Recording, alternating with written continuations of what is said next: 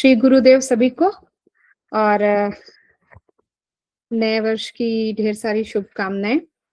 ठीक है, स्टार्ट करते हैं हम लोग। एक बार पिछला रिवीजन काफी गैप हो गया, थोड़ा मेरा बिजीनेस था, ठीक है, उस कारण से। तो एक तो क्वेश्चन आया था, क्वेश्चन क्या था कि शायद वात पित्त कफ, किसने पूछा था? एक बार है तो वो पूछ लो, या मैं एक बार खोल रही हूँ। हाँ, वर्षा ने पूछा था। ठीक है, वात पित्त कफ कुछ विपरीत गुण के होकर भी शरीर में एक ही स्थान पर साथ रहते हुए कर्म कैसे करते हैं, जैसे आमाशय में पाचक पित्त, समान वायु और क्लेदक कफ। देखो, किसी भी एक से तो काम होना नहीं है, तीनों का अपना संयोग, क्योंकि तीनों का अपना, जैसे आप यथालोके तथा, वर्षा है कि नहीं? Yes ma'am. हाँ, तो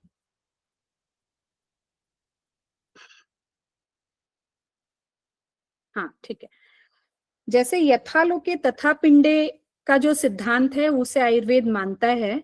तो जैसे आप देखते हैं सृष्टि में भी, हाँ, आप इस चीज से कंफ्यूज हो सकते हैं कि सूरज चांद आपको साथ में नहीं दिखते, वो दिखते नहीं है, बट दोनों ही एग्जिस्ट करते हैं। एक साथ दिखना दिखना वो हमारे अर्थ के मूवमेंट पे डिपेंड करता है, अदरवाइज दोनों साथ में ही है।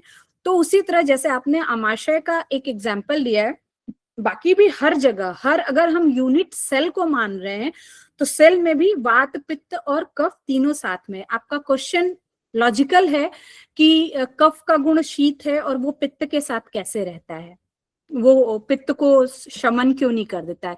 लेकिन जैसे एक मशीन चलने के लिए या एक व्हीकल चलने के लिए पेट्रोल भी है और उसके साथ में उसी गाड़ी में पानी भी है, लेकिन एक वो यूनिट जो है वो यूनिट की तरह काम करते हैं। जैसे आमाशय का आपने एग्जांपल लिया, तो अगर आप मॉडर्न मेडिकल साइंस का भी वो देखो, तो जो म्यूकोजल लेयर होती है, एनाटॉमी फिजियोलॉजी पढ़ी है ना स्टमक की, तो जो म्यूकोजल लेयर होती है वहीं पे आपके एसिड सिक्रीशंस होते हैं, वहीं पे आपका नर्व स्टिमुलेशन होता है। एसिड जो होते हैं, एसिड से आपका जो स्टमक का मसल वॉल है वो डाइजेस्ट ना हो जाए, तो उसी से बचाने के लिए आपका म्यूकोजल लेयर रहता है जो कफ की तरह है। वो कफ नहीं है, लेकिन मैं एक बात बता रही हूँ कि वेस्टर्न मेडिकल, क्योंकि हर चीज हम कंपेयर करते हैं वेस्टर्न मेडिकल साइंस से, तो अब आप ये भी क्वेश्चन होना चाहिए ना कि भाई अगर डाइजेस्टिव एंजाइम्स हैं तो वो स्टमक की मसल को क्यों नहीं डाइजेस्ट कर रहे हैं? तो स्टमक की मसल को डाइजेस्ट इसलिए नहीं कर रहे क्योंकि उसके ऊपर म्यूकोजल लेयर है।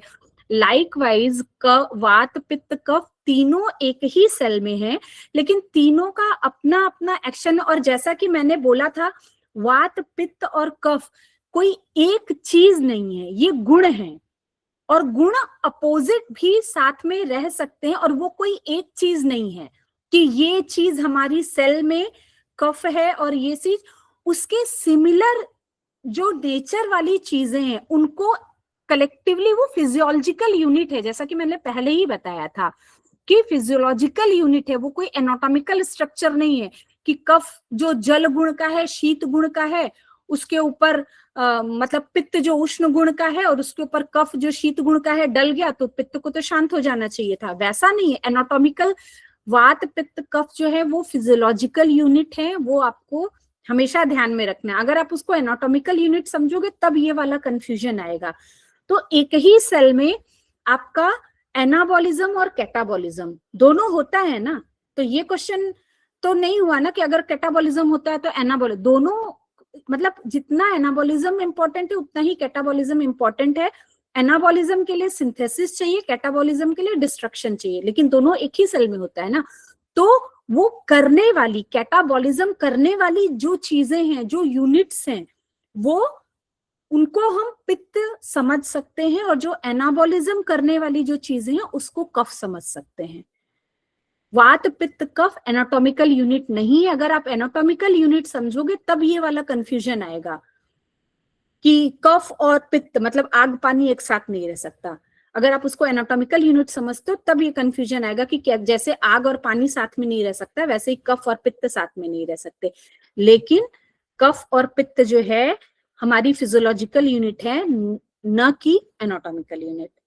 कुछ क्लियर हुआ? यस मैम, यस वर्षा, मैम, क्लियर यस हुआ? मैम। हाँ, तो ये चीज है। अब एक एक क्वेश्चन और आपको इस चीज को और क्लियर या थोड़ा सा मे बी आपको थोड़ा ये कंफ्यूजन क्रिएट करे या आपके दिमाग में अभी तक आया हो, वो आपको लगा हो कि लॉजिकल है कि नहीं। अब ये बताओ, एक क्वेश्चन ये तुम लोग के दिमाग में कभी आया कि तीनों दोषों में सबसे लघु कौन है? बात, बात है। वात। और सबसे गुरु कौन है? कफ है। कफ है। आपके शरीर में अगर देखा जाए तो कफ का स्थान कहाँ बताया गया है, मेन स्थान? हृदय से ऊपर। हाँ, हृदय से ऊपर। और वात? वात का कटी प्रदेश से नीचे। कटी प्रदेश से नीचे। तो आप ये बताओ, ये दिमाग में कभी नहीं क्वेश्चन आया कि वात लघु है तो लॉजिकली तो उसको ऊपर होना चाहिए था, और कफ गुरु है तो उसको लॉजिकली नीचे होना चाहिए था, लेकिन ऐसा क्यों?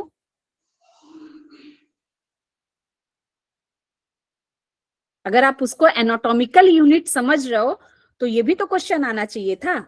एक स्थान पे तो मतलब एक स्थान में बताया गया है, बट स्थान भी फिर निर्धारित की एक जगह भी रहते हैं, और उसका जो मेन मेन स्थान है उसको इस तरीके से भी कैटेगराइज किया गया है। तो अगर आप उसको एनाटॉमिकल यूनिट मान रहे हो, आप क्या मान रहे हो? अभी समझ में आया कि एनाटॉमिकल यूनिट है कि फिजियोलॉजिकल यूनिट है? Physiological unit. हाँ, तो अगर तो ये वही कह रही हूँ कि ये फिजियोलॉजिकल यूनिट मानोगे तभी, और मानोगे नहीं वो है ही, अदरवाइज एनाटॉमिकल यूनिट मानोगे तो ये एक बहुत बड़ा क्वेश्चन है। ये कभी दिमाग में सोचा कि कफ तो गुरु होता है लेकिन शरीर में उसको ऊपर स्थान बोला गया है, और वात तो लघु होता है उसको नीचे बोला गया है, ऐसा क्यों? और पित्त को दोनों के बीच में स्थान दिया गया है, और दोनों ही शीत है, कफ भी शीत है वात भी शीत है, तो दोनों ऊपर नीचे दोनों के बीच में सैंडविच पित्त हो गया, दोनों ऊपर नीचे का शीत मिलके पित्त को शांत नहीं कर देगा? ये दिमाग में कभी क्वेश्चन आया? ये क्वेश्चन हो सकता है ना? बाकी लोग भी बोल सकते हैं, सिर्फ वर्षा से ये क्वेश्चन आ रहा है। हाँ, ये लॉजिकल क्वेश्चन है कि नहीं, इसका जवाब दो कोई। कफ को ऊपर क्यों रखा गया है, मतलब कफ को ऊपर स्थान कफ का क्यों बताया गया है, और वात का नीचे क्यों बताया गया है? अगर इसका आंसर कर पाओगे तो जो वर्षा का क्वेश्चन था उसका आंसर आपको और क्लियर मिलेगा। वैसे ये सब अभी आपके लेवल की चीजें नहीं है, ठीक है, आप लोग फर्स्ट ईयर हो, ये आपके लेवल की चीजें नहीं है, बट फिर भी क्योंकि आपका इंटरेस्ट है इसलिए मैं बता रही हूँ। और अभी मैंने आगे के लिए ऐसा सोचा है, आप ये बताओ कि टॉप मतलब मुझे ऐसा लग रहा है कि चैप्टर वाइज, चैप्टर में जो क्लिनिकल पार्ट है, मतलब श्लोक श्लोक ऐसे मतलब वन बाय वन वो कॉन्सेप्ट हम लोग डिस्कस करते जाएं, या टॉपिक रेंडम आप लोग टॉपिक बताएंगे? मुझे ऐसा लगता है कि श्लोक वाइज चैप्टर वाइज हम लोग उसको करते जाएं तो ज्यादा अच्छा रहेगा, वो आपके लेवल का। अदरवाइज डिस्कशन तो क्लिनिकल लेवल पे मैं किधर से भी कर सकती हूँ, लेकिन आपका भी थोड़ा मतलब एकेडमिक्स में भी फायदा हो, क्योंकि ये सब जो चीजें हम लोग यहाँ डिस्कस कर रहे हैं उसका आपके एग्जाम से बहुत कुछ लेना देना नहीं है, बट आपका मतलब विजन अच्छा हो, क्योंकि आप लोग डीप वे में समझना चाहते हो, और ये आपका फाउंडेशन, क्योंकि सिर्फ एक मिनट, सिर्फ एक मिनट, क्योंकि जैसा कि मैंने बोला था एग्जाम के लिए अच्छे नंबर पाने के लिए तो आप अगर 2 महीने पहले से भी पढ़ेंगे तो चलेगा, लेकिन डीप स्टडी, पीजी लेवल की स्टडी, क्योंकि पीजी ज्यादा इंपॉर्टेंट है अभी। एग्जाम में तो अच्छा करना ही है, बट पीजी एग्जाम में यूजी में बहुत अच्छा किया और पीजी में सिलेक्शन नहीं हुआ तो कोई मतलब नहीं है, आपने कितनी भी अभी मेहनत की, लेकिन अगर रिजल्ट पीजी में सिलेक्शन नहीं है तो कोई नहीं मानेगा कि आपने कितनी पढ़ाई की है। समझ रहे हो मेरी बात? तो ये सब, और अभी क्योंकि क्लिनिकल क्वेश्चन ज्यादा आते हैं, एप्टीट्यूड बेस्ड क्वेश्चन पीजी में ज्यादा आते हैं, तो ये सब उसके लिए ही है। और आगे के लिए क्लिनिकल भी आपको ये रहे, क्लिनिकल सेंस भी डेवलप हो, क्योंकि अभी आगे वाले ईयर्स में आप लोग क्लिनिकल सब्जेक्ट पढ़ोगे, तो ये बेस बनाने का टाइम है, ये बेस आपका क्लियर रहेगा तो आगे की चीजें आसान लगेंगी। वर्षा कुछ बोल रही है, बताओ। यस मैम, तीनों दोषों का स्थान तो सर्व शरीर है, पर उनके जो प्रधान कर्म होते हैं वो उन स्थानों पर होते हैं, इस वजह से कफ जो है वो नहीं तो अधोभाग। क्यों क्यों क्यों स्थान दिया गया? वो उनके तो सर्व शरीरगत है, लेकिन प्रधान स्थान क्यों कफ को ऊर्ध्व जत्रुगत दिया गया और वात को अधो दिया गया? ऐसे तो देखा जाए कि गुण के हिसाब से तो वात को ऊपर होना चाहिए था। Yes ma'am. कोई बताएगा?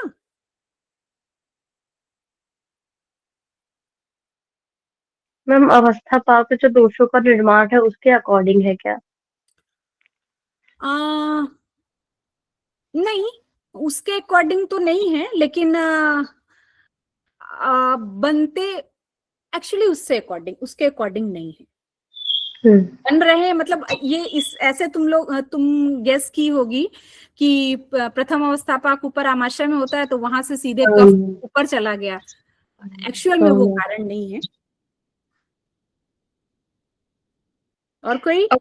अवस्था पाक तो मैम डाइजेशन से रिलेटेड है और वात पित्त कफ के स्थान तो उनके कर्म से रिलेटेड है ना। अरे बेटा, डाइजेशन से रिलेटेड है तो भूल गई? अवस्था पाक वाले ही तो ये लेक्चर में मैंने बताया था कि दोष इन्हीं अवस्था पाक में बनते हैं, ये भी भूलना नहीं है।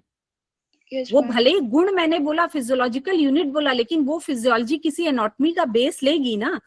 तो जो उस एक चीज नहीं है वात, एक चीज नहीं है पित्त, एक चीज नहीं है कफ, ग्रुप ऑफ थिंग्स हैं। गुण हमेशा द्रव्य में रहते हैं ना, तो वो द्रव्य जिनके गुण कफ जैसे हैं वो द्रव्य आपके प्रथम अवस्था पाक में बनते हैं, ये भी आपको नहीं भूलना है। लेकिन वो जो भी द्रव्य कफ जैसे गुणों वाले हैं उनका मेन स्थान द्रव्य जो है, द्रव्य के आश्रित गुण और कर्म है ना। तो कर्म ऊर्ध्व जत्रुगत प्रदेश में आपको दिखता है कफ का, इसलिए आप बोल रहे हो कि वो वहां दिया गया। तो गुण भी तो जहां कर्म, जहां गुण होंगे वहीं तो कर्म होगा, गुण से ही तो कर्म होता है। तो क्यों ऊर्ध्व जत्रुगत में दिया गया? चलो ज्यादा कंफ्यूज नहीं करती हूं, क्योंकि हमारा मूल, शरीर का मूल क्या बोला गया है? शरीर को क्या बोला गया? मूल क्या है शरीर का?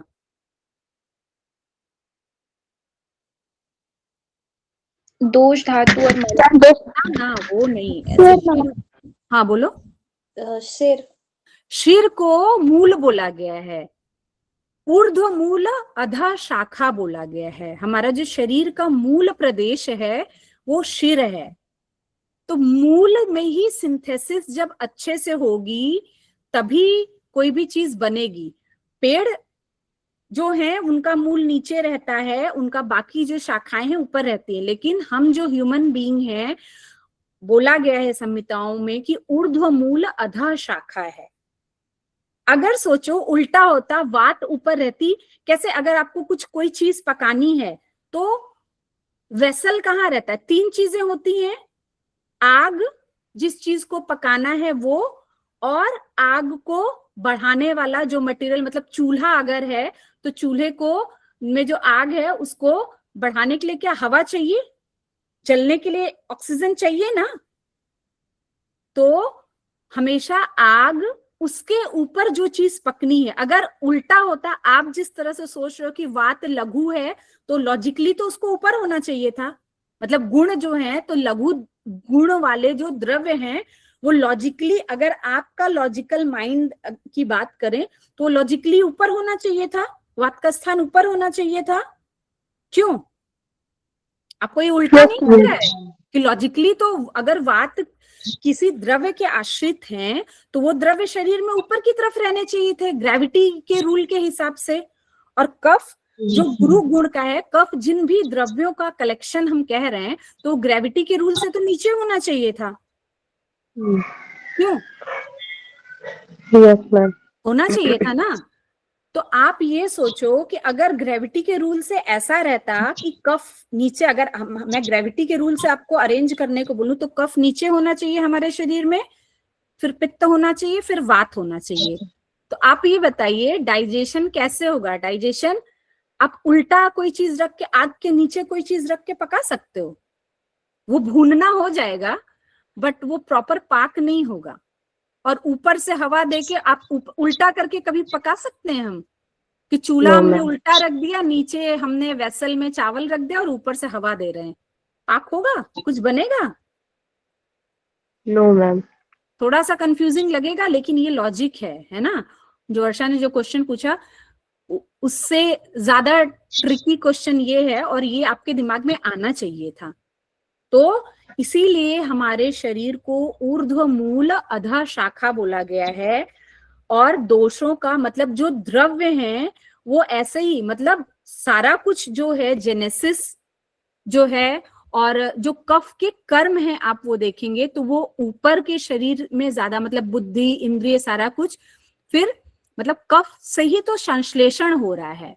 तो कोई भी चीज जिसको पक के बनाना है कुछ, तो वो ऊपर रहेगी, उसके नीचे अग्नि रहेगी, तो पित्त का स्थान मध्य में दिया गया है, और नीचे वात रहेगी। वात का काम क्या है? मापन, अग्नि को बढ़ाना, तो वो नीचे की तरफ रहेगी। ग्रेविटी के अगेंस्ट हमारी बॉडी है, समझ रहे हो?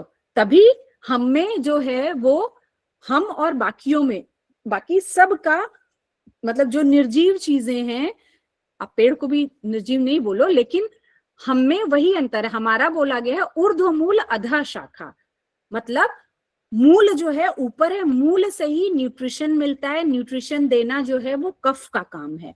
तो वो ये संरचना है, ये अपने आप बनी हुई चीज नहीं है।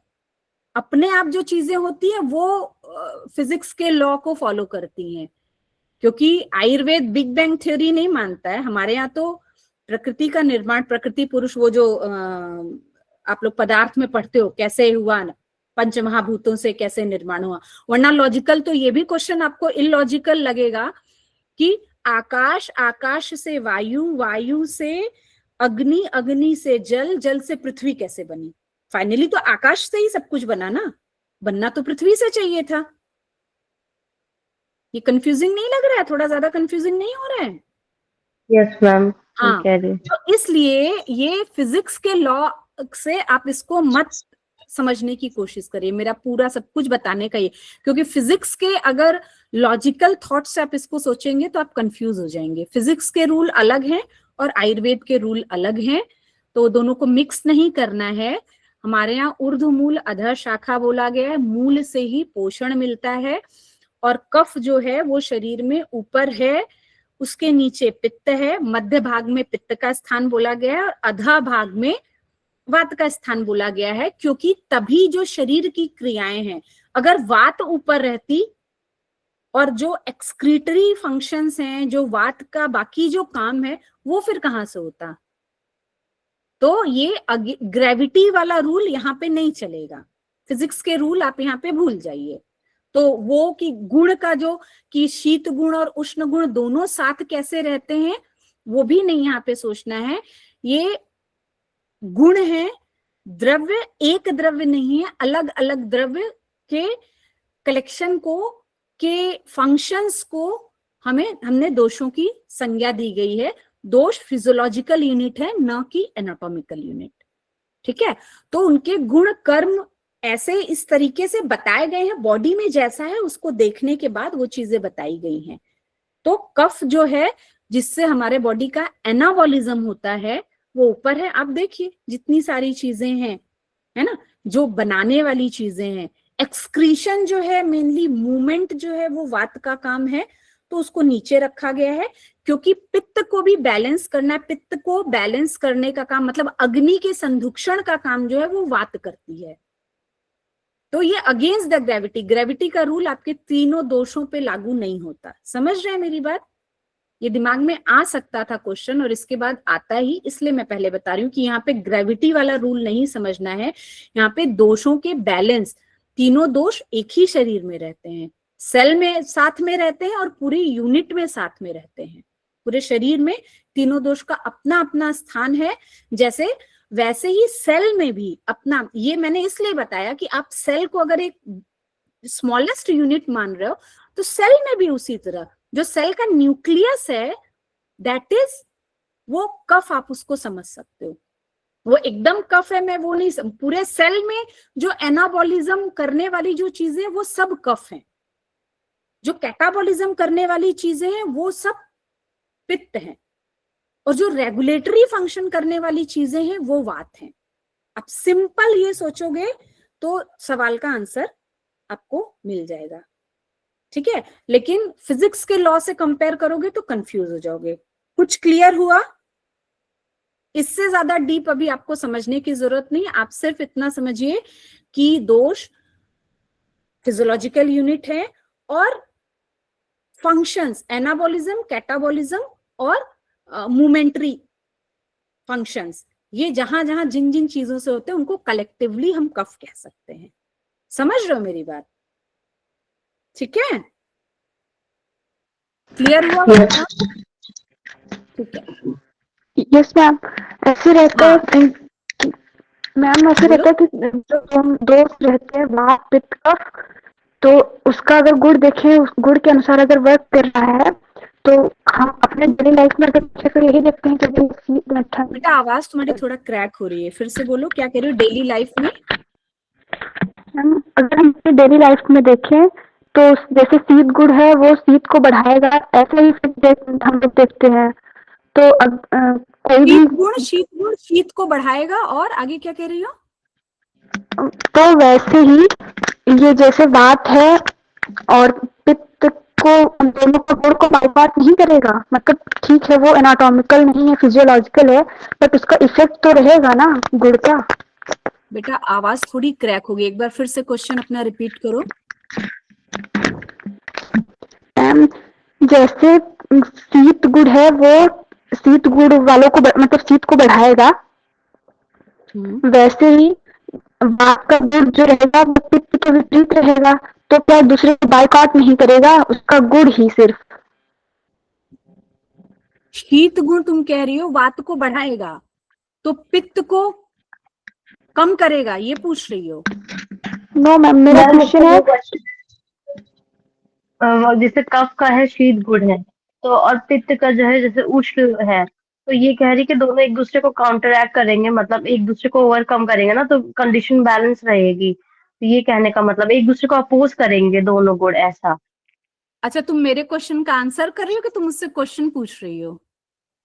No ma'am, Lakshmi. क्वेश्चन है मेरा, हाँ, क्वेश्चन है कि मतलब उसका इफेक्ट रहेगा ना कि काउंटर करेगा, वर्षा का जो क्वेश्चन हाँ था बेटा, उसका। जैसे ट्रीटमेंट में हम लोग इसी को यूज करते हैं ना, कि अगर मानो विपरीत ही तो चिकित्सा होती है, सामान्य विशेष जो चिकित्सा करते हैं, मानो किसी को ठंड लग गई ना, आहार निदान की अगर हम बात करें, आहारज और विहारज, किसी ने इस ठंड के मौसम में आइसक्रीम खा ली, तो उसका विहारज निदान भी शीत गुण हुआ और उसका आहारज निदान भी शीत गुण हुआ। समझ रही हो? तो फिर उसकी चिकित्सा में हम अगर हमें निदान आहारज और विहारज दोनों ही शीत मिल रहे हैं, तो हम उसकी चिकित्सा में जो विहारज निदान है वो गुण का विपरीत ही करेंगे। तो उसको उष्ण विहार में आप रुक्ष स्वेद भी दे सकते हो, धूप में बैठना भी बोल सकते हो, और वैसे ही आहार में भी उष्ण गुण वाला आहार देंगे। तो उष्ण गुण वाला जो आहार है वो वात के शीत गुण को कम करेगा, और तभी तो फिर पित्त बढ़ के ही उसको बैलेंस करेगा ना। तो ऐसे जो हमारा स्वस्थ हमारा जो शरीर है उसमें तीनों गुण बैलेंस रहते हैं। अब ऐसे अगर आप पूछना चाहो कि मैम वात का भी गुण शीत है, कफ का भी गुण शीत है, तो डबल शीत हुआ, तो फिर पित्त में तो एक ही प्लस, वो वैसा नहीं होता है, वो तीनों गुण और ये भी बात समझ लो, साम्य अवस्था वात पित्त कफ बैलेंस स्टेट, किसी त्रिदोष साम्य आइडियल, जैसे फिजिक्स में आपने पढ़ा है ना कि कोई भी जो सिस्टम होता है वो आइडियल सिस्टम नहीं होता है। जो हम लोग फिजिक्स में जो डेफिनेशन करते हैं, कोई भी सिस्टम आइडियल नहीं होता, आइडियल सिर्फ डेफिनेशन में एजम्पशन किया जाता है। वैसे ही त्रिदोष साम्य सिर्फ एजम्पशन है, त्रिदोष साम्य अवस्था एग्जैक्टली कहीं भी नहीं रहती है। ओके, समझ रहे हो? यस, साम्य अवस्था सिर्फ एक आइडियल, जिसको कहते हैं आइडियल कंडीशन अज्यूम की जाती है किसी भी पर्सन में। तभी ना प्रकृति भी जो है, आपको क्रिया शरीर में पढ़ाया गया होगा कि त्रिदोषज प्रकृति रेयर है, मतलब वो बेस्ट प्रकृति है, बट त्रिदोषज मिलना रेयर है। क्योंकि आपका डेली डेली आपके शरीर में वात पित्त कफ डेली डेली बन रहे हैं और किसी की भी लाइफस्टाइल आइडियल नहीं होती है ना। अवस्था Yes, पाक ma'am. में मैंने बताया कि तीनों अवस्था पाक में आपकी डेली डेली वात पित्त कफ बन रहे हैं, मतलब वात पित्त कफ के गुण वाले द्रव्य बन रहे हैं। तो एकदम नपातुला कोई भी सिस्टम आइडियल नहीं होता, फिजिक्स ही ये बात बोलता है। वैसे ही एकदम आप नपातुला दिनचर्या नहीं कर सकते हो ना कि इतना किलो वात, इतना किलो कफ, इतना किलो, ऐसा नहीं होता है। तो जब प्रकृति भी आप देखोगे, प्रकृति न सिंगल प्रकृति होती है किसी की, ना त्रिदोषज मतलब बैलेंस प्रकृति हो, हमेशा लगभग डबल या तरतम भाव से कि वात प्रधान, पित्त मध्यम, कफ अल्प, ऐसे करके, मतलब एब्सोल्यूट नहीं है, किलो के भाव में आप उसको नहीं कर सकते, गुणों के भाव से। और एक बात बताऊं कि अभी आप आगे पढ़ोगे जहां पे नानात्मज विकार, चरक में आपको नानात्मज विकार जहां पे दोषों के बताए गए हैं वो पढ़ाया गया है चैप्टर, आई थिंक 20वां चैप्टर है क्या, कि 80 वात के नानात्मज विकार होते हैं, 40 पित्त के होते हैं, 20 कफ के होते हैं। नंबर्स बताया गया है, तभी पता नंबर्स बताया गया है ना कि वात के नानात्मज विकार जो होते हैं 80 होते हैं, हाँ ठीक है, और पित्त के 40 होते हैं और कफ के 20 होते हैं। ऐसा क्यों? नानात्मज मतलब सिंगल, उसमें ये आचार्यों ने बता ही दिया है, मतलब ये डिफाइंड है कि अगर ये है तो उसमें वात का ही प्रधानता होगा। लेकिन आपको एक्सक्लूड, जैसे डायग्नोसिस बनाते हैं तो आपको कंफर्म और कुछ है कि नहीं वो आपको एक्सक्लूड करना होगा, वो तो बाद की, जब आप विकृति पढ़ोगे तब की बात है। लेकिन वात का 80 क्यों, कफ का पित्त का 40 क्यों और कफ का 20 क्यों? ये भी क्वेश्चन हो सकता है। तो क्वेश्चन का जवाब ये है कि वात थोड़ा भी डिस्टर्ब होगा, एक मिनट मैं बता रही हूं आपको इसमें से श्लोक से। हाँ देखो, जहां पे गुण बताया है आपको, वात का गुण बोला है रुक्ष, लघु, शीत, खर, मैं अष्टांग हृदय लेके बैठी हूँ, ठीक है। रुक्ष, लघु, शीत, खर, सूक्ष्म, चल, 1 2 3 4 5, सबके 6 गुण बताए हैं। तो गुणों से अगर गुण डिस्टर्ब होते हैं तो जो विकार हैं वो भी सेम होने चाहिए थे, लेकिन वात के 80 विकार क्यों हैं, पित्त के 40 क्यों, कफ के 20 क्यों है? इसका आंसर समझ में आ रहा है क्यों ऐसा बोला गया है? जब नंबर ऑफ गुण लगभग समान ही बताया गया है तो नानात्मज विकार अलग अलग, मतलब अलग अलग नंबर्स क्यों है? वात का सबसे ज्यादा क्यों है? मैम क्योंकि मैम क्या ये है कि हाँ बोलो। वात रेगुलेटरी है तो वो ज्यादा तेज पे जाएगा तो उतना विकार उत्पन्न करेगा अगर विकृत होगा तो। बेटा तुम्हारी आवाज थोड़ा क्रैक करी, फिर से बोलो एक बार। वात रेगुलेटरी फंक्शन का होता है, तो क्या ये है कि जहाँ मतलब जितना दूर से जाएगा उतना विकार उत्पन्न करेगा अगर इम्बैलेंस होगा तो? हाँ एग्जैक्टली आंसर नहीं है, लेकिन थोड़ा थोड़ा नजदीक है।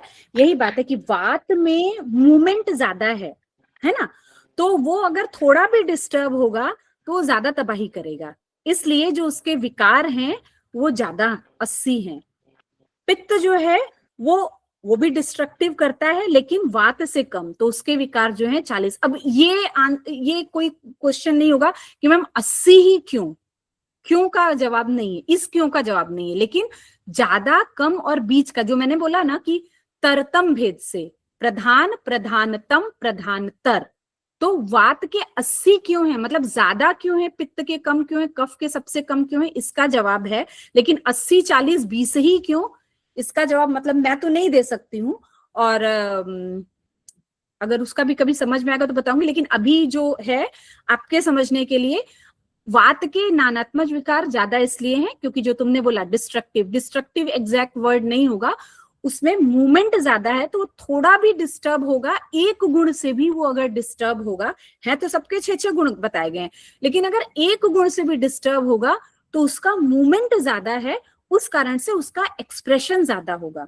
जैसे क्या होता है, कोई गुस्सा हुआ, अब आप ही के क्लास में या इसी ग्रुप में 3 लोग हैं ना, कोई गुस्सा होगा तो एकदम तोड़ फोड़ गुस्सा, और भी कई चीजें करेगा, खाना नहीं खाएगा, जो ये वात वाले का लक्षण ही होगा। जो पित्त प्रधान वाला होगा वो गुस्सा होगा तो थोड़ा उससे कम आपको, ये कफ वाला गुस्सा होगा तो शायद आपको पता भी ना चले। तो वही सेम चीज यहाँ पे नानात्मज विकारों के लिए रहती है कि अगर वात दुष्ट हुई तो वो ज्यादा सिम्टम्स देगी, इसलिए 80, फिर पित्त, फिर कफ। समझ रहे हो? तो जो आप बोल रहे हो कि अगर अपोज, तो वही ट्रीटमेंट में तो हम उसी तरीके से ट्रीटमेंट करते हैं कि वात कितने अंश में, जो अंशांश कल्पना, थोड़ी सी चीजें अभी आपको आपके जोन से थोड़ा ज्यादा लगेंगी क्योंकि ये सब चिकित्सा, आप लोग के क्वेश्चन ज्यादा डीप होते हैं, लेकिन अभी उतना लेवल का आप लोग का पढ़ाई नहीं हुआ है, इसलिए फिर जब मैं उसका आंसर देती हूँ तो थोड़ा आप लोग को थोड़ा टच से ऊपर या आपके लेवल से थोड़ा ऊपर लगता होगा। अंशांश कल्पना पढ़ी है दोषों की? जवाब दो। No ma'am. हाँ, तो अंशांश कल्पना का मतलब ही यही है कि दोष अपने कितने अंशों से, मतलब एक ही निदान है, जो मैंने फर्स्ट क्लास में जो बताया था कि अगर किसी ने फरुई या पॉपकॉर्न खाया है तो उसका कौन सा दोष डिस्टर्ब होगा और कितने गुण से डिस्टर्ब होगा, मतलब वो कौन सा दोष डिस्टर्ब होगा, तो अब आपको उसके गुण पहले मालूम होने चाहिए उस आहार द्रव्य के। तो पॉपकॉर्न जो है उसमें जो प्रधान गुण है वो लघु गुण है और रुक्ष गुण है। आपको जब आहार द्रव्य का गुण मालूम रहेगा तब आप फिर उससे दोष का समझ पाओगे। तो अगर मैंने बता दिया कि पॉपकॉर्न का जो गुण है वो लघु है और रुक्ष है, तो अब आप बता सकते हो कि उससे कौन सा दोष डिस्टर्ब हुआ? वात।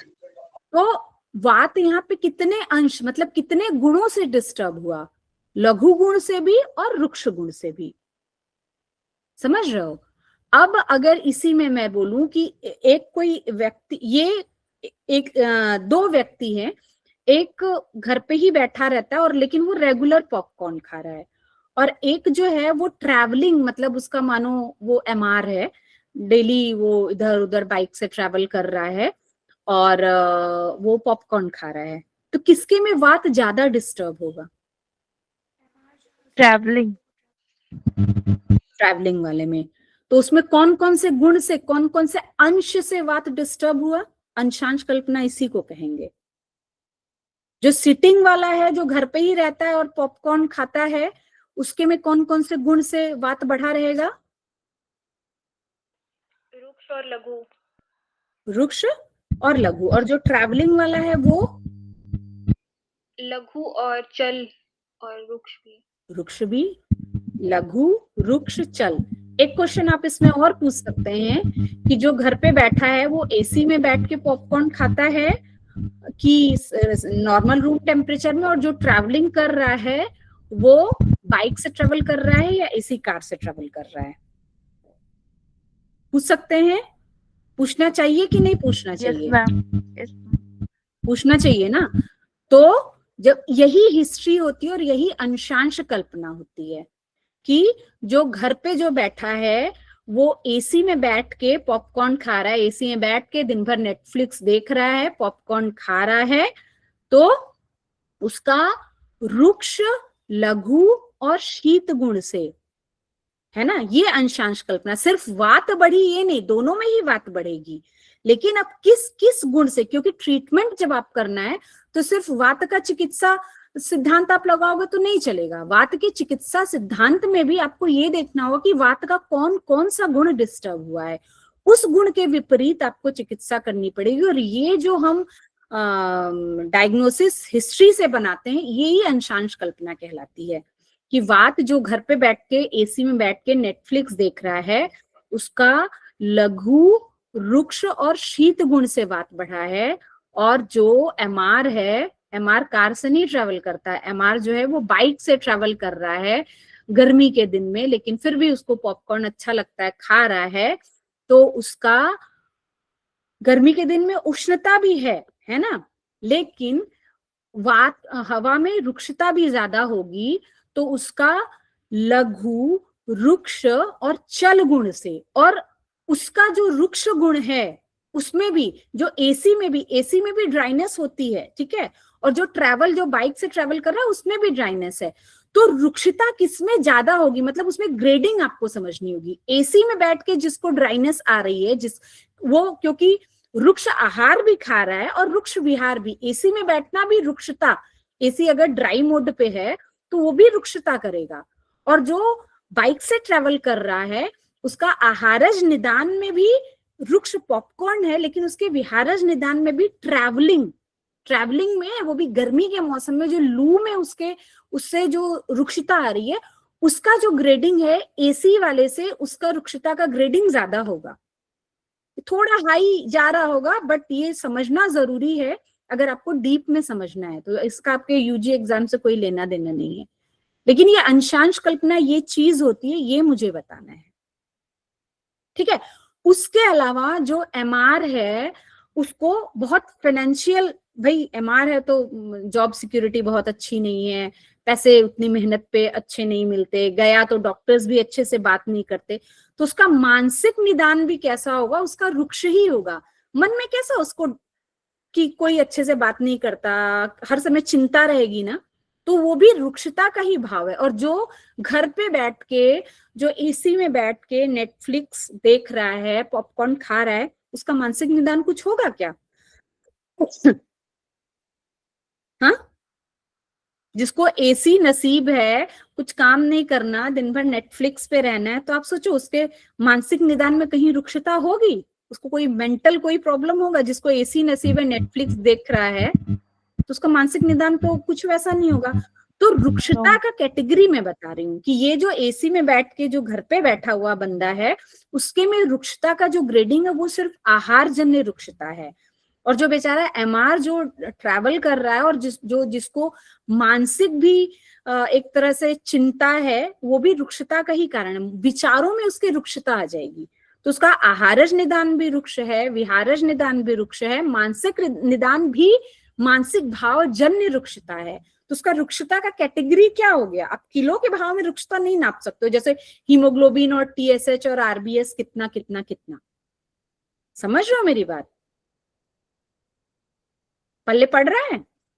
Yes ma'am. समझ में आया ना? तो रुक्षता का कैटेगरी मतलब ग्रेडिंग हुआ, इसको अंशांश कल्पना कहते हैं। समझ रहे हो? तो ये समझना, इसलिए अभी आपको जो फर्स्ट ईयर के लेवल पे आप लोग हो, इस पे आपको ये समझना जरूरी है कि आप गुण समझें कि गुण, एक मिनट, आप गुण समझें कि गुण, दोषों के गुण क्या हैं और उसको बढ़ाने वाले आहार, विहार और मानसिक भाव क्या हैं। तब आप इससे आगे की चीजें, अभी सूत्र स्थान इसीलिए आप पढ़ रहे हो कि जो बेसिक है वो आप समझो। जब ये सब क्लियर रहेगा तब आगे जाके जब व्याधि, संप्राप्ति सब आप निदान जब पढ़ोगे तब आपको समझ में आएगा। तो अभी जो है ये जानना जरूरी है, जैसे जो मैंने होमवर्क आपको दिया था कि वात के रुक्ष गुण बढ़ाने वाले कौन कौन से आज के उसमें आहार हैं, कौन कौन से विहार हैं। मानसिक अभी आप ना सोच पाओ तो वो हम डिस्कशन के समय बताएंगे, लेकिन वो आपको होमवर्क करना है। कौन कौन से आहार हैं जो लघु गुण को वात के बढ़ाते हैं, कौन कौन से विहार लघु गुण को बढ़ाते हैं, क्योंकि चिकित्सा जो है वो सामान्य विशेष गुण से ही की जाती है। जो बढ़ गया है उसका अपोजिट विशेष, विशेषस्तु विपर्यय, विशेष जो है वो विपर्य, उसका उल्टा। तो शीत गुण बढ़ा है तो शीत का उल्टा उष्ण, आप उष्ण यूज करिए। अब आपको ये देखना होगा कि भाई कितने अंश से बढ़ा है। तो आहारज निदान भी है उसका शीत का, विहारज निदान भी है शीत का। मानसिक निदान नहीं होगा, सबका मानसिक निदान नहीं होता है, कुछ कुछ का होता है। और मानसिक निदान में फिर बताया गया है कि कौन कौन से ऐसे मानसिक भाव हैं जो वात को बढ़ाते हैं, कौन कौन से ऐसे मानसिक भाव हैं जो पित्त को बढ़ाते हैं, कौन कौन से ऐसे मानसिक भाव हैं जो कफ को बढ़ाते हैं। तो वो आपको कैटेगराइज करके लिखना होगा। तो वात के रुक्ष गुण को बढ़ाने वाले आहार विहार, लघु गुण को बढ़ाने वाले आहार विहार, शीत गुण को बढ़ाने वाले आहार विहार, वैसे ही खर, सूक्ष्म, चल, सबका नहीं हो सकता है, लेकिन आपको जितना समझ में आ रहा है ये आपका एक मेंटल एक्सरसाइज हो जाएगा अगर आप सोच सोच के ये लिखो। और कौन से ऐसे मानसिक भाव हैं, मानसिक भाव में गुण से नहीं होगा, मानसिक भाव में कंबाइनली होगा। तो कौन कौन से ऐसे मानसिक भाव हैं जो आपके वात दोष को डिस्टर्ब करते हैं, ये आपको करना है। कितना कौन कर सकता है, जितने एग्जाम्पल आपको समझ में आए। मैं भी सबके ड्राइव में वो जो गुरु कृपा वाला जो ड्राइव मैंने बनाया हुआ है, ड्राइव पे जो पेज एक्सेल शीट बनाई हुई है, सबके नाम पे पेज है, सबको दिख गया है वो? Yes, ma'am. Yes ma'am. है ना? तो उसमें मैं ये मतलब अभी हेडिंग में ये डाल दूंगी, और आपको एग्जाम्पल्स कौन कितना सोच के, मतलब आज के निदान के हिसाब से, तो आप अपना ही लाइफस्टाइल सोचिए, आप सबका मत सोचिए, आप सोचिए। या ये भी आप कर सकते हैं कि आपकी डेली एक्टिविटी, तो इससे आप अपने को समझ पाओगे, और जब अपने को समझोगे तभी फिर आप दूसरे को, पेशेंट को भी समझ पाओगे। तो पहले अपने से ही सीखना, अपने ऊपर एक्सपेरिमेंट किया जाता है। तो आप अपना ही देखो कि मैं ऐसा क्या क्या खाती हूँ जिससे वृक्ष गुण बढ़ सकता है। तो अपना सुबह से लेके रात तक का देख लो, ब्रेकफास्ट, लंच, फिर शाम को स्नैक्स, रात को डिनर में ऐसा क्या क्या लेते हो, कि अगर वो हम डेली एक बार के खाने से नहीं होता है, क्योंकि डेली डेली आपके शरीर में वात पित्त कफ बन रहे हैं, है ना? तो जब उसका लगातार सेवन करोगे, गलत तरीके से सेवन करोगे, तो और क्योंकि संचय, प्रकोप, प्रसर, उसके अलावा प्राकृत भी, जैसे वर्षा ऋतु में वात बढ़ता है तो उसके बाद में प्राकृत शमन भी होता है, लेकिन अगर आप उससे ज्यादा आपने सेवन किया तो फिर उसका प्रकोप, प्रशम नहीं होगा। नेचुरली क्या होता है, प्रशम होता है, लेकिन अगर आपने जरूरत से ज्यादा कर लिया, आपने ऋतुचर्या का, दिनचर्या का पालन नहीं किया, तो प्रशम के बदले प्रकोप हो जाएगा। और प्रकोप के बाद भी आप उसका निदान, सेवन का, संचय, प्रकोप, फिर प्रसर, फिर दोष जो है वो अपने स्थान से आगे बढ़ने। क्रियाकाल पढ़ा है कि नहीं? Yes, ma'am. Yes ma'am. पढ़े हो ना? तो संचय, प्रकोप, प्रसर, उसके बाद क्या होता है? संचय, प्रकोप, प्रसर के बाद स्थान संश्रय, स्थान संश्रय, फिर व्यक्तावस्था, भेद, भेदावस्था, अवस्था का भेद। ये व्याधि का निर्माण का प्रक्रिया है, लेकिन नेचुरल भी तो दोषों का आपने पढ़ा है ना।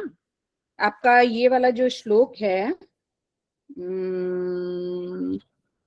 हाँ, जो श्लोक मैंने पहले क्लास में डिस्कशन जहां से स्टार्ट किया था, वयो अहोरात्रि भुक्ता नाम ते अंत मध्यादिगा क्रमात्। वय में बाल्यावस्था, मध्यमावस्था, वृद्धावस्था। बाल्यावस्था में कौन सा दोष?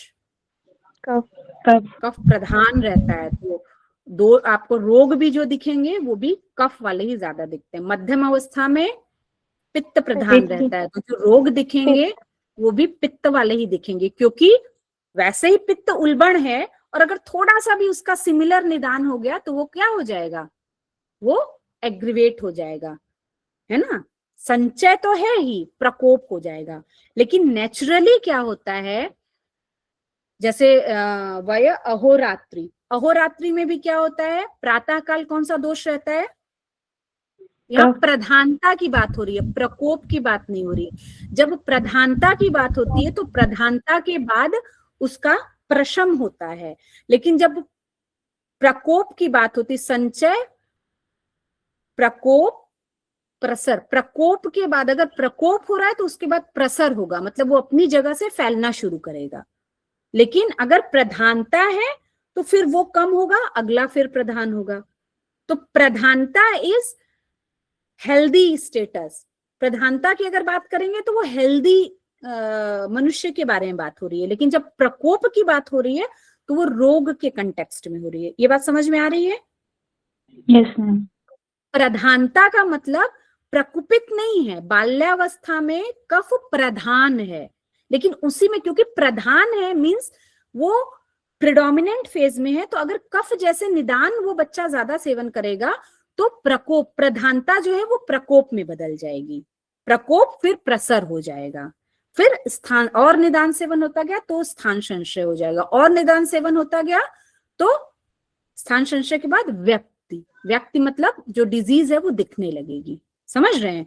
वैसे ही अहोरात्रि, अहोरात्रि मतलब दिन के भाग में, अहोरात्रि 12 घंटा जो है, प्रातः काल में कफ की प्रधानता रहती है, कफ का प्रकोप नहीं रहता है, कफ की प्रधानता है, और अगर उसी समय आप डेली कफ को बढ़ाने वाले आहार ले रहे हैं तो वो प्रधानता जो है वो धीरे धीरे प्रकोप में, संचय होगा, फिर प्रकोप होगा, फिर प्रसर होगा, फिर स्थान संशय होगा, फिर व्यक्त मतलब डिजीज। तो आप ये समझिए कि कोई डिजीज अगर आपको दिख रही है या किसी डिजीज के आपको पूर्व रूप दिख रहे हैं, तो उसके पीछे, डिजीज बनने के पीछे कितने स्टेप में वो प्रोसेस हुआ है, मतलब तब से शुरू हुआ। डिजीज हमें व्यक्ति भी स्टेज में दिखती है और स्थान संशय वाले स्टेज में हमें पूर्व रूप दिखते हैं, लेकिन उसके पहले भी 3 स्टेज रहते हैं, संचय, प्रकोप, प्रसर।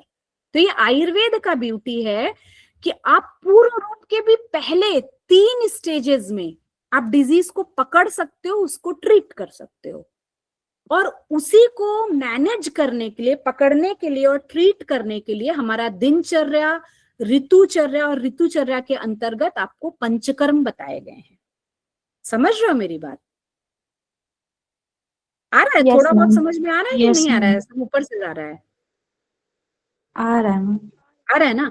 प्रधानता और प्रकोप, प्रधानता हेल्दी पर्सन में होगी, प्रकोप जो है वो आपका संचय के बाद प्रकोप होता है, जो रोग की अवस्था है। ठीक है, तो जो अहोरात्रि आपका फर्स्ट अध्याय में अष्टांग हृदय के, ये पहला ही श्लोक मैंने पहले क्लास में यहीं से शुरू किया था। अहोरात्रि प्रातः काल में कफ का प्रधानता रहता है, सुबह 6 से 10 बजे तक आपका कफ प्रधानता रहती है। अब सोचो, अगर कोई बच्चा है और सुबह ही मदर उसकी बनाना शेक दे रही है, तो क्या ये सही है? No ma'am. ज्यादातर यही किया जाता है, बच्चों को बनाना शेक दे के स्कूल भेज देते हैं। सही है? वो मदर को आप मना करेंगे, वो बोलेगी अरे मैं तो पिछले 1 साल से दे रही हूँ, कोई दिक्कत नहीं हुई। नहीं हुई, लेकिन उसके दोषों का क्या स्टेज रहेगा? संचय प्रकोप की स्टेज में रहेंगे वो, और थोड़ा अगर फॉलो, अगर वही चीज करती रही तो प्रसर, स्थान संशय, व्यक्त भेद की अवस्था आएगी, जो इतनी जल्दी नहीं होती है। अभी मॉडर्न मेडिकल साइंस भी ये मानता है कि डायबिटीज एक्सप्रेस होने के 10 साल पहले से बॉडी में उसकी पैथोलॉजी बनने लगती है। तो ये जो पैथोलॉजी बनने लगती है, जो जिसको अब modern medical science pre diabetic stage बोल रहा है, वो हमारे संचय, प्रकोप, प्रसर, स्थान संशय के अंदर उस चीज को आप इंक्लूड कर सकते हो। तो कोई भी चीज एक दिन में नहीं होती। लोग पूछते ना, हमें थायराइड कैसे हो गया, हमें पीसीओडी कैसे हो गया, ये एक दिन की बात नहीं है, इसमें सालों साल, 10 साल लग सकते हैं। इसी को न होने के लिए हमारे आचार्यों ने दिनचर्या, ऋतुचर्या, जो सीजनल पंचकर्म बताए हैं वो इसीलिए बताए हैं। कोई भी चीज, कोई भी डिजीज आज की नहीं है, उसके पीछे 4 स्टेजेस रहती हैं आयुर्वेद के हिसाब से। Modern medical science, western medical science तो अभी एक स्टेज ही बता पाई है, डायबिटीज की प्री डायबिटिक स्टेज, लेकिन शायद आज से 50 साल बाद बोले कि और 4 स्टेज होती हैं, जो हमारे आयुर्वेद के संचय, प्रकोप, प्रसर, स्थान संशय के अंदर में आ जाए। तो अभी भी हम प्री डायबिटीज के पहले भी आप देखेंगे अग्निमांद्य, किसी भी डायबिटीज वाले पेशेंट में आपको 10 साल से हिस्ट्री मिलेगी कि उसका पेट साफ नहीं होता था, वो अध्यशन करता था, फ्रीक्वेंट मंचिंग करता था, दिवा स्वप्न करता था। कफ संचय, प्रकोप, प्रसर मतलब कफ वर्धक निदान आपको 10 साल से उसकी हिस्ट्री मिलेंगे। तो अगर आप किसी की हिस्ट्री, लाइफस्टाइल असेसमेंट कर रहे हो, तो क्या आप उसको बता नहीं सकते हो कि 10 साल बाद आपको डायबिटीज हो सकती है? जैसा वो निदान सेवन कर रहा है उस हिसाब की डिजीजेज आप गेस नहीं कर सकते हो? कर सकते हो ना? Yes, ma'am. हाँ, तो वैसे ही फिर सुबह 10 बजे से लेके दोपहर 2 बजे तक जो है वो हमारा पित्त का काल रहता है। अब 10 से 2 के बीच में अगर कोई हर बार लंच का टाइम हमारा होता है, हॉट स्पाइसी चीजें लगातार ले रहा है, गर्मी के भी मौसम में खूब अचार चटनी खा रहा है, वैसे भी पित्तज प्रकृति है, तो क्या होगा? संचय होता रहेगा कि नहीं होगा? Yes, ma'am. होगा। वो बोलेगा अरे हम तो खाते ही थे। तो अभी नहीं, वो संचय, प्रकोप, प्रसर, बॉडी मैक्सिमम अपने को स्टेबलाइज करने की कोशिश करती है। जब उसकी लिमिट से बाहर हो जाता है तब फिर वो असर दिखना शुरू होता है। इसीलिए मध्यम अवस्था तक, मतलब जो हमारे यहाँ जो युवावस्था बताई गई है वो कब तक बताई गई है? आयुर्वेद में युवावस्था का अपर लिमिट क्या है? 16 वर्ष में। मतलब बाल अवस्था 0 से 16 ईयर्स तक है, 16 से लेके 60 से ईयर्स तक। हाँ, और अपर लिमिट जो है वो 40 बताई गई, 60 के बाद फिर आपका मतलब जो रेंज है, तो उसके बीच का जो 40 साल है, तब 16 तक बाल्यावस्था बताई गई है, 16 और वृद्धावस्था जो है वो 60 के बाद, तो उन दोनों का इसके बीच का जो ये है एवरेज है वो 40 साल। 40 साल के बाद जो है आपके जितने भी संचय दोष हुए हैं, प्रकुपित हुए हैं, प्रसर हुए हैं, और आपका अगर शरीर बल अच्छा है तो व्याधि नहीं होगी, लेकिन उसके बाद फिर शरीर बल जो है, क्योंकि फिर वात का प्राधान्य, वृद्धावस्था धीरे धीरे आने लगती है, तो फिर क्योंकि वही कि वात के गुण ज्यादा दिखते हैं, तो फिर बॉडी में जब डिस्ट्रक्टिव फंक्शन ज्यादा होने लगते हैं, तो जो पिछला आपने 10 सालों 15 सालों में जो अपने युवावस्था में जितने निदान सेवन किए और शरीर बल अच्छा होने के कारण वो दोष एक्सप्रेस नहीं हो पाए, वो फिर एक्सप्रेस होना शुरू होते हैं। जैसे वो चोर की तरह रहते हैं, ना। लीन दोष का कॉन्सेप्ट भी है कि जब निदान बहुत ज्यादा हमारा स्ट्रांग नहीं है, तो दोष थोड़े थोड़े प्रकुपित होके हमारे धातुओं में छिपे रहते हैं। और जब शरीर का बल कम होता है, निदान दो तरह से, या तो आप बहुत स्ट्रांग निदान सेवन कर लो तो तुरंत रोग हो जाएंगे, लेकिन थोड़ा थोड़ा निदान सेवन करते रहे और बोले अरे हम तो इतने दिन से कर रहे हैं, हमें तो कुछ नहीं हुआ, ठीक है अभी कुछ नहीं होगा, लेकिन जब शरीर और धातुओं का बल कम होगा, तब वो जो दुर्बल निदान है उसके कारण जो प्रकुपित दोष थे, जो लीन होके आपके धातुओं में पड़े थे, वो फिर उल्बण होने लगेंगे, वो फिर स्थान संशय प्रसर करना शुरू करेंगे, स्थान संशय लेके फिर वो व्याधि क्रिएट करना शुरू करेंगे। तो इसलिए आप ज्यादातर देखेंगे बहुत सारे लोग बोलते हैं अरे मतलब 40 के नीचे वाले जितने भी हैं, अरे हमारा तो वो फ्रेंड इतना सब कुछ करता है उसको तो कुछ नहीं हुआ। आप देखिए 40 के बाद वो जरूर होगा, क्योंकि जो दोष की विगुणता के या दोषों के जो गुण हैं वो शाश्वत हैं। उससे अगर मिलता जुलता आहार विहार कोई लगातार सेवन कर रहा है और बाकी दिनचर्या ऋतुचर्या फॉलो नहीं कर रहा है, वो निश्चित ही होना है, ये नियम कभी गलत ही नहीं हो सकता। कैंसर क्यों आज इतना बढ़ रहा है? लोग बोले अरे वो तो कोई भी नशा नहीं करता, सिर्फ नशा से नहीं होगा। कैंसर जो है वो जीर्ण ज्वर, उसमें एक बहुत बड़ा कारण, मतलब उसमें जो लीन दोष है, लीन दोष अभी मॉडर्न मेडिकल साइंस में उसका कोई कॉन्सेप्ट नहीं है।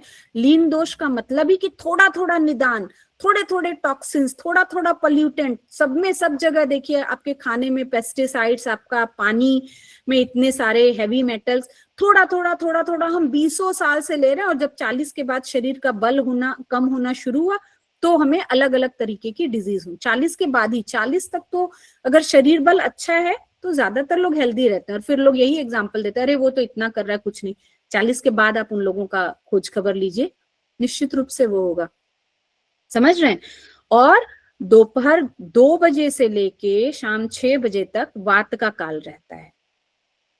फिर वैसे ही फिर शाम 6 बजे से लेके 10 बजे तक फिर कफ का काल रहता है, रात 10 से 2 तक फिर पित्त का काल रहता है, और फिर रात में 2 से सुबह 6 बजे तक फिर वात का काल रहता है। इसलिए आप देखेंगे सिम्टम्स भी वैसे आते हैं। ज्यादातर लोगों को पेन जो है वो रात में होता है।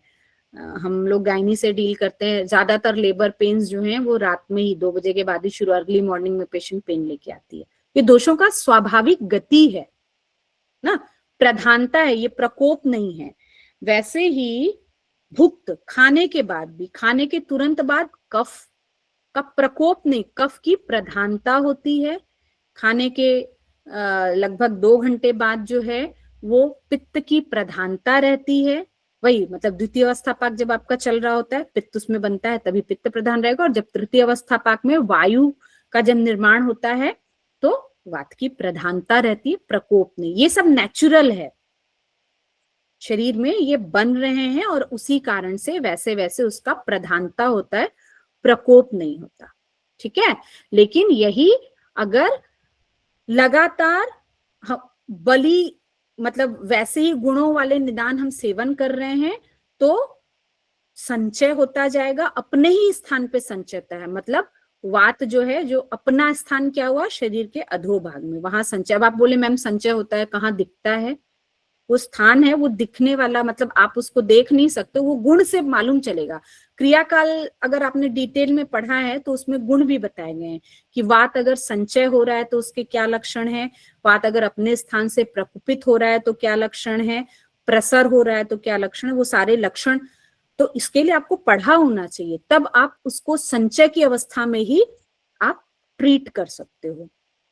संचय की अवस्था, संचय प्रकोप, प्रकोप की अवस्था जब हुई, वही जो आपका ऋतु काल में, जैसे वर्षा में जब प्रकुपित हुआ, नेचुरली जो प्रकुपित है, आपने उसी समय वस्ती दे दी, बताया ना, वर्षा ऋतु में वस्ती देना है, शरद ऋतु में विरेचन देना है, बसंत ऋतु में कफ, वो कफ के लिए वमन करवाना है। तो नेचुरली बॉडी में आपने साल भर में जो निदान सेवन किया, उसके कारण नेचुरली उस ऋतु में प्रकोप उन दोषों का होता है। और अगर आपने पंचकर्म कर दिया तो आप साल में तीनों दोष जो एक्सेस आपकी बॉडी में बने वो आपने निकाल दिया, और साथ में आपने ऋतुचर्या दिनचर्या अगर फॉलो की तो दोषों का साम्य बना रहता है। लेकिन आइडियली वो हम करते नहीं है, तो दोष संचय, कोई दोष संचय की स्टेज में है, कोई दोष प्रकोप की स्टेज में है, कोई दोष प्रसर की स्टेज में, उसमें भी गुणों का, फिर शीत गुण से वात हो सकता है संचय वाली स्टेज में हो, अलग अलग गुणों से अलग अलग स्टेज में भी दोष रह सकते हैं, क्योंकि बताया ही कि दोष कोई एक चीज तो है नहीं, कलेक्शन ऑफ अलग अलग द्रव्य हैं। तो हो सकता है जो शीत गुण वाले द्रव्य हैं वो संचय की अवस्था में हो, जो रुक्ष गुण वाले द्रव्य हैं वो प्रकोप की अवस्था में हो, तो आपको अलग अलग सिम्टम अलग अलग टाइम के बाद दिखने शुरू होंगे। थोड़ा कंफ्यूजिंग होगा, लेकिन अभी ये सब बातें आप सुने रहोगे तो आगे ये सब निदान जब आपको पढ़ाया जाएगा ना, तब आप समझोगे। अभी सिर्फ इतना समझिए कि प्राधान्य नेचुरल होता है, जो हमें बताया गया है, वय अहोरात्रि, मतलब एज के हिसाब से, पूरा जो 24 घंटे का जो साइकिल होता है टाइम का, उसके हिसाब से, भोजन कब लिया है उसके हिसाब से आपके दोषों का शरीर में नेचुरली प्राधान्य रहता है। तो वो नेचुरली प्राधान्य को प्रकोप में बदलने के लिए आप उन्हीं उन्हीं दोषों के सेम गुण वाले अगर आहार विहार का सेवन करोगे तो वो दोष आपके बढ़ेंगे। इतना समझ में आया? Yes, ma'am. 1 मिनट लेक्चर ले रहे हैं, 10 मिनट बाद कॉल करते हैं। अच्छा, समझे? 1 मिनट जरा से बेटा।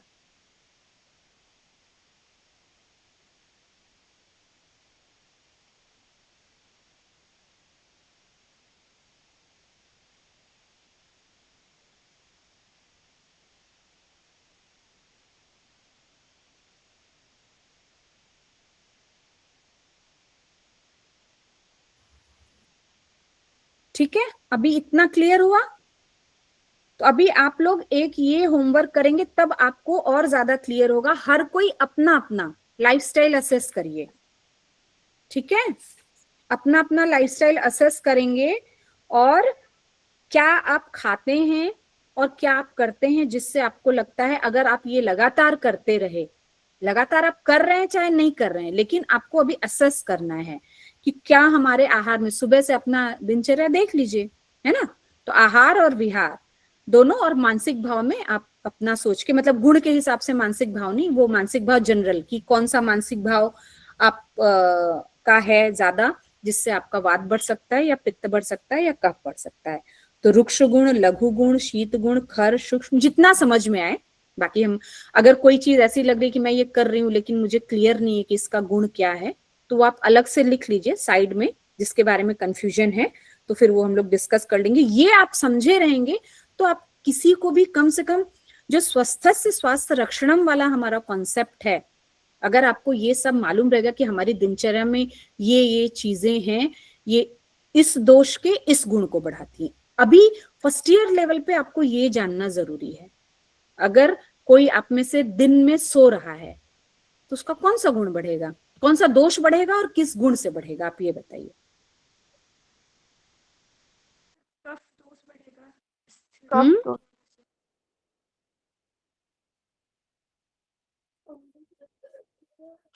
हाँ बोलिए, कौन बोल रहा है? दिन में सो रहे हैं तो कौन सा दोष बढ़ेगा, मैम किस गुण से बढ़ेगा? कफ कफ दोष पड़ेगा। किस गुण से? मैम गुरु। गुरु गुण से। ठीक ठीक। तो अभी हर कोई अपनी अपनी दिनचर्या का पूरा वो करेगा, उसका हेडिंग वाला पोर्शन है वो मैं अभी बना दूंगी, बस उस हेडिंग को आपको फीड करते जाना है, ठीक है। वैसे ही पित्त के लिए स्नेह गुण कौन से आपके आहार से, कौन से विहार से, और जरूरी नहीं है कि दोनों में आपको, जैसे स्नेह गुण आपके आहार में से बढ़ रहा हो सकता है कोई गुण के लिए विहार ना हो, तो ये नहीं है कि हर गुण के लिए आहार विहार मिलना जरूरी है, ठीक है। जितना जो समझ में आएगा, जो नहीं समझ में आएगा उसको कंफ्यूजन, मैं एक कॉलम दे दूंगी कि नॉट कंफर्म, तो आप सिर्फ वो निदान अपना लिखिए, सब कोई अपने अपने कॉलम में अपना अपना निदान कि मैं ये खा रही हूँ तो उसमें ये कौन सा गुण में जाएगा, ठीक है, या ये कर रही हूँ, वो आपका एक मेंटल एक्सरसाइज हो जाएगा, ठीक है। वैसे ही कफ में स्निग्ध, शीत, गुरु, मंद, श्लक्ष्ण, मृत्स्न, स्थिर, समझ में आया? मैम प्लीज ये एक बार रिपीट कर दीजिए। हाँ, मैम एक बार प्लीज रिपीट कर दीजिए। सभी कोई, अभी मैं ड्राइव, एक मिनट मैं भी शेयर कर रही हूँ स्क्रीन, आपका ड्राइव में खोलती हूँ।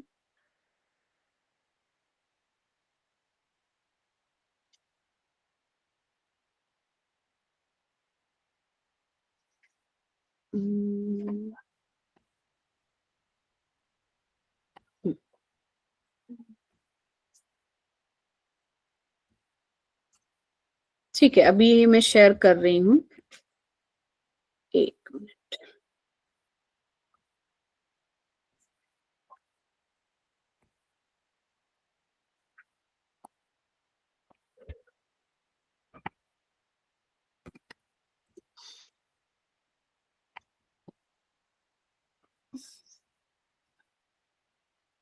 ये ड्राइव दिख रही है, एक्सेल शीट दिख रही है, यस मैम।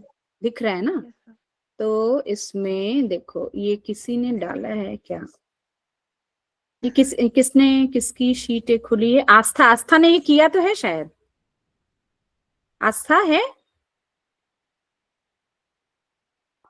ये देखो, जैसे दोष है ना, दोष यहाँ पे ये लिखा, दोष, दोष के गुण, इसी तरह से इसने अच्छे से किया है। आहार में पॉपकॉर्न, ड्राई टोस्ट, ये मैंने उस दिन कहा था जनरल आप सोचिए, लेकिन अभी आप अपने से ही सोचिए, या आपको अपने अलावा और भी आपको अगर निदान या आहार में समय कि ऐसे कौन कौन से, जैसे वात का रुक्ष गुण, ये पूरा इसमें देखिए ऐसे लिखा है, पित्त के गुण दिख रहा है ना, कफ के ये सारे गुण लिखे, ठीक है। अब इन गुणों को बढ़ाने वाले आहार, विहार और मानस भाव, तो ऐसा कौन सा आहार है जो वात के रुक्ष गुण को बढ़ाएगा? आप इसको ऐसे भी कर सकते हैं, आप एज जनरल सोचिए कि आज के समय में कौन कौन सा ऐसा आहार है जो रुक्ष गुण को बढ़ा रहा है, या बहुत आपको अभी वाइड नहीं सोचना है तो सिर्फ आप अपने लाइफस्टाइल का सोचिए, दोनों तरीके से कर सकते हो, ठीक है। किसी को अगर सिर्फ अपना असेसमेंट अभी करना है तो अपना डाइट में देखिए कि मैं ऐसा कौन सा डाइट करती हूँ, खाना लेती हूँ जो वात के रुक्ष गुण को बढ़ा रहा है, ठीक है। फिर विहार, फिर मानस भाव। वैसे ही शीत गुण को क्या क्या हमारे खाने में ऐसी कौन कौन सी चीजें हम यूज करते हैं जो हमारे वात के शीत गुण को बढ़ा रहा है। फिर ऐसा विहार में हम क्या क्या यूज करते हैं जो वात के शीत गुण को डिस्टर्ब कर सकता है। समझ रहे हो? अभी ये क्लियर हो रहा है? Yes ma'am. हाँ, तो ये ऐसे ही करना है, ये इसने किया है, आस्था ने किया है, ये सेम टेम्पलेट आप लोग फॉलो कर लीजिए, ठीक है। ये सब इस पे आपको कब काम करना आता है ना, इसको कॉपी पेस्ट कर लोगे ना, ये यहां से इसको ऐसे सेलेक्ट करो, शिफ्ट ये करना है। लैपटॉप है आप लोग के पास कि आप लोग मोबाइल से कर रहे हो? मोबाइल से आई थिंक।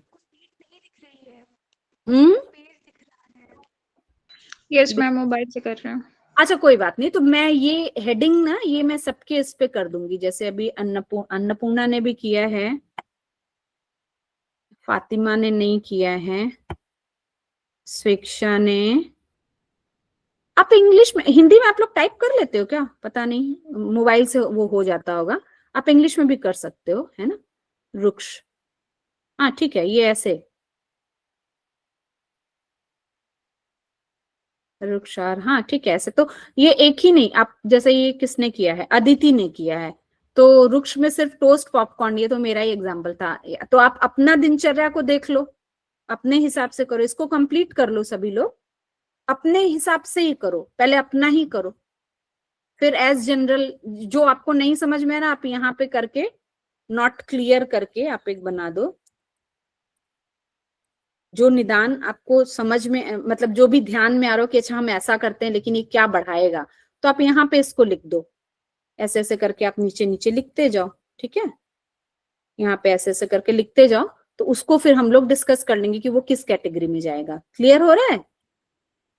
अर्पिता, अर्पिता ने पूरा नहीं किया, सभी लोग कर लो उसको। रस खां, ठीक है, और ये किसने नहीं किया है?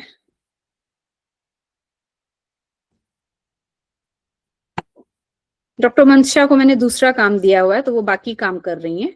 ये होमवर्क आप लोग के लिए है। रिया ने भी नहीं किया, वर्षा ने भी नहीं किया, लक्ष्मी ने भी नहीं, हाँ लक्ष्मी ने किया है।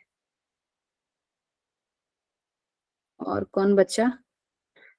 इसको पूरा कर लीजिए आप लोग। एक और कौन है? लक्ष्मी, हाँ तो ये दो ही लोग नहीं किए, लक्ष्मी ने भी किया है, तो इसको पूरा करिए, ये अच्छा किया है। तो इसको फिर हम लोग इस पे और कुछ डाउट आपको लग रहा है तो उन चीजों को अलग से लिख लीजिए, और पहले अपना लाइफस्टाइल असेस करिए, फिर एज जनरल आपको जो समझ में आ रहा है आप उसको भी ऐड कर सकते हैं कि लोग ये भी करते हैं और ये इसको बढ़ा सकते हैं। और अगर क्लियर नहीं है तो आप इधर एक कॉलम अपना बना लीजिए नॉट क्लियर करके, तो उसको आप नोट कर लीजिए ये निदान, तो वो किस कैटेगरी में जाएगा वो हम लोग डिस्कस कर लेंगे। तो इससे जो है आपका दोष का कॉन्सेप्ट क्लियर होगा, क्योंकि अगर दोष का कॉन्सेप्ट नहीं क्लियर हुआ ना तो दोष ही अवस्थापाक में दोष ही बन रहे हैं, और वो फिर जाके धातुओं को पोषण, वहीं से आहार रस बनता है और वहीं से फिर पोषण मिलता है। तो धातु का कॉन्सेप्ट आपको नहीं समझ में आएगा अगर दोष वाला निदान वाला कॉन्सेप्ट आप नहीं समझोगे, ठीक है। तो इसको कंप्लीट कर लीजिए। और नेक्स्ट क्लास, अभी हम लोग हफ्ते में एक ही क्लास रखेंगे ताकि आप लोग के लिए भी बर्डन नहीं हो, और अगर बीच में लगता है मुझे टाइम मिलता है तो मैं करूंगी, तो मेरे हिसाब से शुक्रवार वाला दिन सही रहेगा। और बाकी अगर कुछ रहेगा, कुछ और दिमाग में आता है या कुछ ऐसा कि अलग से कुछ लेना है टॉपिक, तो मैं बता दूंगी, अगर आप लोग अवेलेबल रहेंगे तो कर लेंगे, ठीक है। Okay ma'am. अवस्थापाक जो रिवीजन जो आप लोग करने के लिए बोल रहे थे, पहले इसको क्लियर करिए। उसमें रिवीजन तो क्या, वो एक्चुअली वो अवस्थापाक वाला तो वो तो उसका वीडियो तो अपलोड हो गया है उस पे चैनल पे, तो 3 वीडियो अपलोड हो गए, चौथा वो पूरा ही लेक्चर मैंने रिकॉर्ड किया था, ये भी लेक्चर आपका रिकॉर्ड ही हो रहा है। तो अगर उसमें कुछ डाउट है तो उससे रिलेटेड आप क्वेश्चन पूछिए उसको, जब मैं अभी ये बताऊंगी यहाँ से, फिर हम जब ये एक बार आपका दोष वाला निदान पार्ट क्लियर होगा तो फिर हम लोग जब धातु निर्माण, क्योंकि यही बेसिक है, इतना ये समझ में आ गया तो आगे का सब समझोगे। दोष पहले क्लियर हो, दोष बनते कहाँ हैं, अभी फिर इसके बाद अभी जो दोषों का अलग अलग स्थान के हिसाब से वो बताऊंगी, लेकिन उसके पहले थोड़ा सा धातु का, ये वाला जो पिक्चर जो मैंने, कहाँ गया,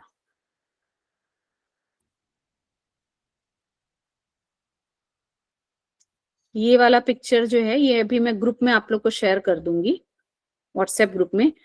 यही पिक्चर अगर समझ में आ गया ना, ये पूरा सार है आपके लिए, पूरा एनाटॉमी फिजियोलॉजी, जिसमें सारा दोषों का स्थान, ये मतलब बहुत मेहनत के बाद बना है, ये मैं आपको ग्रुप में शेयर करूंगी। ये अभी इसको समझना ही आपके लिए पूरा, जितना भी आप 1 साल में आयुर्वेद पढ़ने वाले हो ना, ये पूरा उसका सार है। तो ये अभी आपको ऐसे कुछ नहीं समझ में आएगा, इसको ही मैं आगे आगे आगे इस पिक्चर को ही मैं एक्सप्लेन करूंगी। तो अभी जो है आप इस पिक्चर का ये वाला पार्ट जो मैंने अवस्थापाक जो बताया था, आशय और जो दोष कहाँ बन रहे हैं, कफाशय, आमाशय में ही कफाशय है, आम अन्न जाता है और उससे फिर प्रथम अवस्थापाक के बाद कफाशय, ये उल्टी फोटो आ रही है, इसको भी सेट करना है। कफाशय द्वितीय अवस्थापाक में पित्त बनता है जो पित्ताशय जिसको कहते हैं, तृतीय अवस्थापाक आपका पक्वाशय में होता है, जहाँ तृतीय अवस्था पाक के बाद वात बनती है, इसीलिए इसको वाताशय भी कहते हैं। उसके आगे स्त्रियों में गर्भाशय रहता है, उसके आगे मूत्राशय रहता है, जो दोनों में रहता है। रक्ताशय जो है वो यकृत को कह सकते हैं, लेकिन रक्ताशय से और भी क्या समझ सकते हैं वो आगे हम लोग बताएंगे।